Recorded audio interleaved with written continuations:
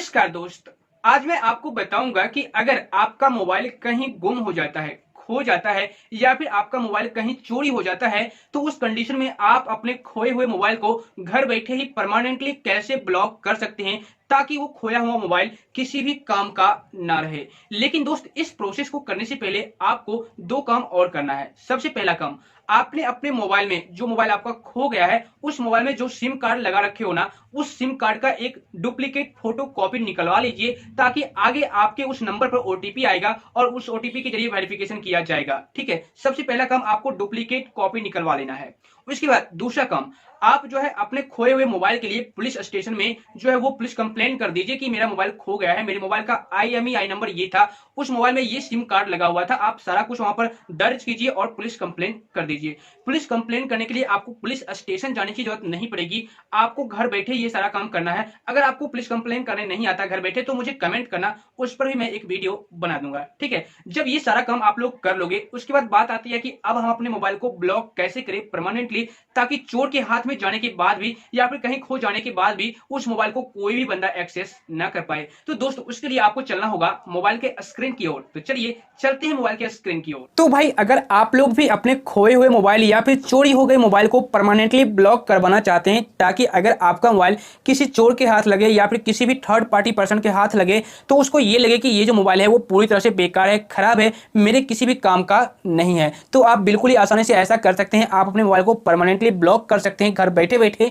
उसके लिए आपको छोटा सा प्रोसेस करना है। सबसे पहले आप क्या करें, अपने मोबाइल में क्रोम ब्राउजर को ओपन कर लें और यहाँ पर सर्च बार में टाइप करें CEIR.gov.in। टाइप करने के बाद सर्च कर दें, उसके बाद थ्री डॉट पर क्लिक करके डेस्कटॉप साइट को इनेबल कर लें। इनेबल करने के बाद आपके सामने तीन ऑप्शन आएंगे, ब्लॉक, स्टॉलन या लॉस्ट मोबाइल। अगर आपका मोबाइल खो गया है, चोरी हो गया है, तो आप फर्स्ट वाले ऑप्शन का इस्तेमाल कर सकते हैं। वहीं पर अगर आपका मोबाइल खोया हुआ है जो कि मिल गया है, यानी कि आपका मोबाइल पहले खो गया था लेकिन अब वही मोबाइल आपको मिल गया है, तो आप अपने खोए हुए मोबाइल को अनब्लॉक भी करवा सकते हैं दूसरे वाले ऑप्शन के जरिए। वहीं पर तीसरा जो ऑप्शन है, अगर आपने जो रिक्वेस्ट दर्ज की है उसका आप स्टेटस चेक करना चाहते हैं तो आप तीसरे ऑप्शन का इस्तेमाल कर सकते हैं। अब अगर आपका मोबाइल खो जाता है या चोरी हो जाता है तो आप उसे ब्लॉक कैसे करवा सकते हैं, तो उसके लिए आपको फर्स्ट वाले ऑप्शन पर क्लिक कर देना है। क्लिक करने के बाद आपके सामने एक फॉर्म ओपन हो जाएगी और यहाँ पर आपको पूरी तरह से सही जानकारी भरनी है ताकि आपका जो मोबाइल है वो पूरी तरह से ब्लॉक हो जाए, अच्छी तरह से ब्लॉक हो जाए। एक भी इंफॉर्मेशन यहाँ पर गलत नहीं देना है। ठीक है, तो यहाँ पर आपको 3 पेज देखने को मिलेंगे, तीनों पेज में आपको सही तरीके से फॉर्म भरना है।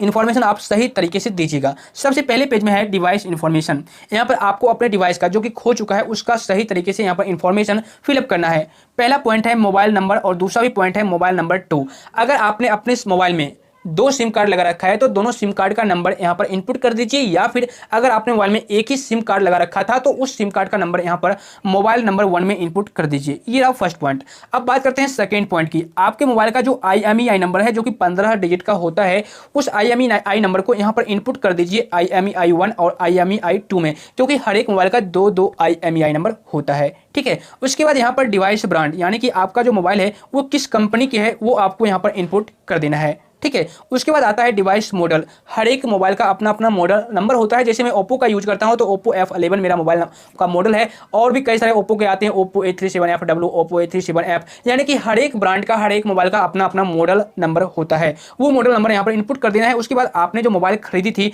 परचेज की थी दुकान से या फिर ऑनलाइन वगैरह, तो आपको एक रसीद दिया गया होगा, बिल दिया गया होगा, उस बिल को यहाँ पर अपलोड मोबाइल परचेज इनवॉइस में आकर के अपलोड कर देनी है। ठीक है, ये तो रहा डिवाइस इन्फॉर्मेशन और ये सारा कुछ आपको सही इंफॉर्मेशन देना है। अब आते हैं यहाँ पर लॉस्ट इंफॉर्मेशन, यानी कि आपका मोबाइल जहां पर चोरी हुआ है ना उसका इंफॉर्मेशन आपको देना है। सबसे पहला पॉइंट, आपका जो मोबाइल है वो किस स्थान पर चोरी हुआ है वो पहले वाले बॉक्स में आपको इनपुट कर देना है। वहीं पर दूसरा पॉइंट है लॉस्ट डेट। आपका मोबाइल किस डेट को चोरी हुआ है, आपको इस पर क्लिक करके डेट को सिलेक्ट कर लेना है। ठीक है, अब आ जाइए, यहाँ पर आपको सेलेक्ट स्टेट बोला जा रहा है, तो सेलेक्ट स्टेट में आपको क्लिक करके आपको स्टेट सेलेक्ट कर लेना है। मैं आपको बता दूं, अभी ये महाराष्ट्र और दिल्ली के लिए सर्विस अवेलेबल है, तो आप महाराष्ट्र और दिल्ली के हैं तो इस सर्विस का आप यूज कर सकते हैं। धीरे धीरे ये पूरी इंडिया में जो है वो फैल जाएगी, यानी कि ये पूरी तरह से इंडिया में जो है वो अच्छी तरह से काम करेगी सर्विस। तो आप कहीं के भी होंगे इंडिया में किसी भी कोने में तो आप इस सर्विस का यूज कर सकते हैं। फिलहाल के लिए महाराष्ट्र और दिल्ली का आप हैं तो यूज कर सकते हैं। तो मैं महाराष्ट्र सेलेक्ट कर लेता हूं। सेलेक्ट करने के बाद अब आपको यहां पर सेलेक्ट डिस्ट्रिक्ट करनी है, इस पर क्लिक कीजिए। क्लिक करने के बाद अब यहां से आप डिस्ट्रिक्ट को सिलेक्ट कर लीजिए। ठीक है। सेलेक्ट करने के बाद यहाँ पर जो है आपको सेलेक्ट पुलिस स्टेशन करना है, इस पर क्लिक कीजिए और यहाँ से पुलिस स्टेशन में सेलेक्ट कर लीजिए। मैं फिलहाल दिल्ली का नहीं हूँ तो मुझे नहीं पता कि किस स्टेशन में, किस डिस्ट्रिक्ट में पुलिस स्टेशन है, तो आप अपने अनुसार वहाँ पर सेलेक्ट कर दीजिएगा।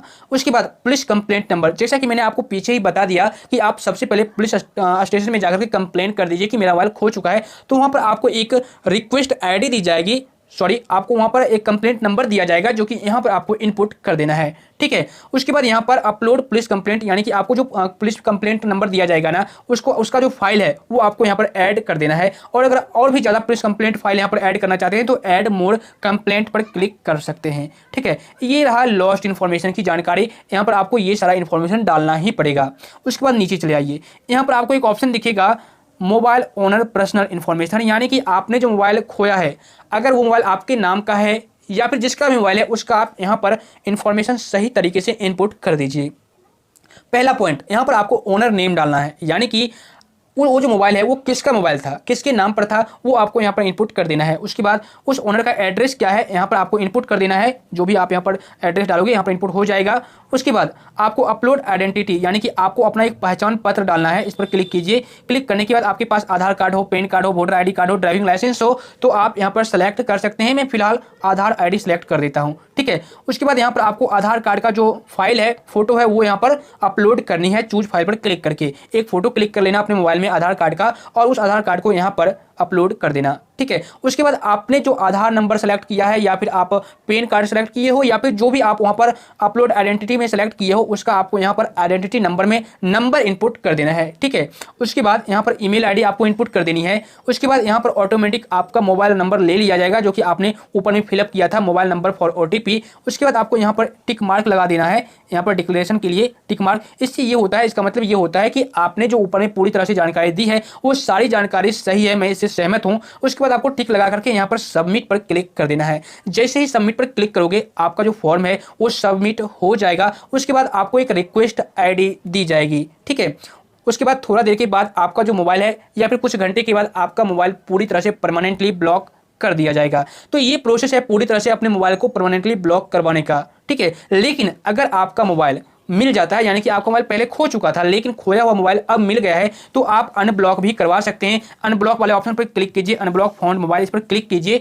इस पर क्लिक करने के बाद आपके सामने इस तरह का फॉर्म ओपन होगा। उसके बाद मैंने जो आपको बोला एक रिक्वेस्ट ID दी जाएगी, वो रिक्वेस्ट ID यहाँ पर इनपुट कर देना है। उसके बाद आपका जो मोबाइल नंबर है वो इनपुट कर देना है ताकि आपके मोबाइल नंबर पर एक OTP आ सके। उसके बाद रीजन फॉर अनब्लॉकिंग, आप क्यों अनब्लॉक करवाना चाहते हैं अपने मोबाइल को, वो यहाँ पर इनपुट कर दीजिए। उसके बाद मोबाइल नंबर फॉर OTP, एक OTP आने के लिए आप यहाँ पर मोबाइल नंबर इनपुट कर दीजिए। उसके बाद गेट OTP पर क्लिक करके और सबमिट पर क्लिक कर दीजिए। तो आपका जो मोबाइल है ना वो थोड़ी देर के बाद आपका मोबाइल अनब्लॉक हो जाएगा, ठीक है। उसके बाद तीसरा जो ऑप्शन है वो है रिक्वेस्ट चेक स्टेटस, यानी कि चेक रिक्वेस्ट स्टेटस। अगर आपने रिक्वेस्ट दर्ज की है और अपने रिक्वेस्ट का स्टेटस देखना चाहते हैं तो इस पर क्लिक कीजिए। क्लिक करने के बाद आपके सामने इस तरह का पेज ओपन होगा। यहाँ पर आपको जो रिक्वेस्ट ID दी गई है उस रिक्वेस्ट ID को यहाँ पर इनपुट कर दीजिए और सबमिट पर क्लिक कर दीजिए। उसके बाद आप अपने जो आपने अपने रिक्वेस्ट दर्ज किया है उस रिक्वेस्ट का स्टेटस चेक कर सकते हैं बिल्कुल ही आसानी से। तो भाई इस तरीके से आप अपने खोए हुए मोबाइल को पूरी ही आसानी से घर बैठे बैठे पूरी तरह से ब्लॉक करवा सकते हैं, ताकि अगर आपका मोबाइल खो भी जाता है कहीं भी तो वो मोबाइल अगर किसी के हाथ भी लग जाए तो वो मोबाइल आपका कोई भी यूज नहीं कर पाएगा। उसको ये लगेगा कि ये मोबाइल पूरी तरह से खराब है, बंद है, बेकार है, मैं इसे यूज नहीं कर सकता। हो सकता है वो आपका मोबाइल कहीं पर वहीं छोड़ भी दे या फिर फेंक दे, जो भी है हो सकता है उस कंडीशन में आपका मोबाइल आपके घर तक भी पहुंच जाए। तो इस तरीके से आप अपने खोए मोबाइल को परमानेंटली ब्लॉक करवा सकते हैं। तो आज बस, तो आई होप दोस्त आज की यह वीडियो काफी ज्यादा पसंद आई होगी और साथ ही आप लोगों को नॉलेज भी काफी अच्छी मिल गई होगी। वीडियो को पसंद आई तो वीडियो के नीचे लाइक का बटन है उसे जरूर दबा देना। और अगर आप लोग मेरे को पहली बार देख रहे हो ना तो भाई क्या कर रहे हो यार, चैनल को सब्सक्राइब कर लो, बेल आइकन को प्रेस कर लो और ऑल वाले ऑप्शन पर क्लिक करना मत भूलना। और हाँ, इस वीडियो को जितना ज्यादा हो सके ना प्लीज भाई शेयर जरूर कर देना ताकि और भी लोग इसके बारे में जानकारी ले सके। अगर आपके माइंड में अभी भी किसी भी प्रकार का कंफ्यूजन रह गया है तो नीचे कमेंट बॉक्स का दरवाजा खुला हुआ है, फटाफट कमेंट कर देना। तो फिर मिलता हूं आपसे फिर एक नई वीडियो के साथ, तब तक के लिए वंदे मातरम।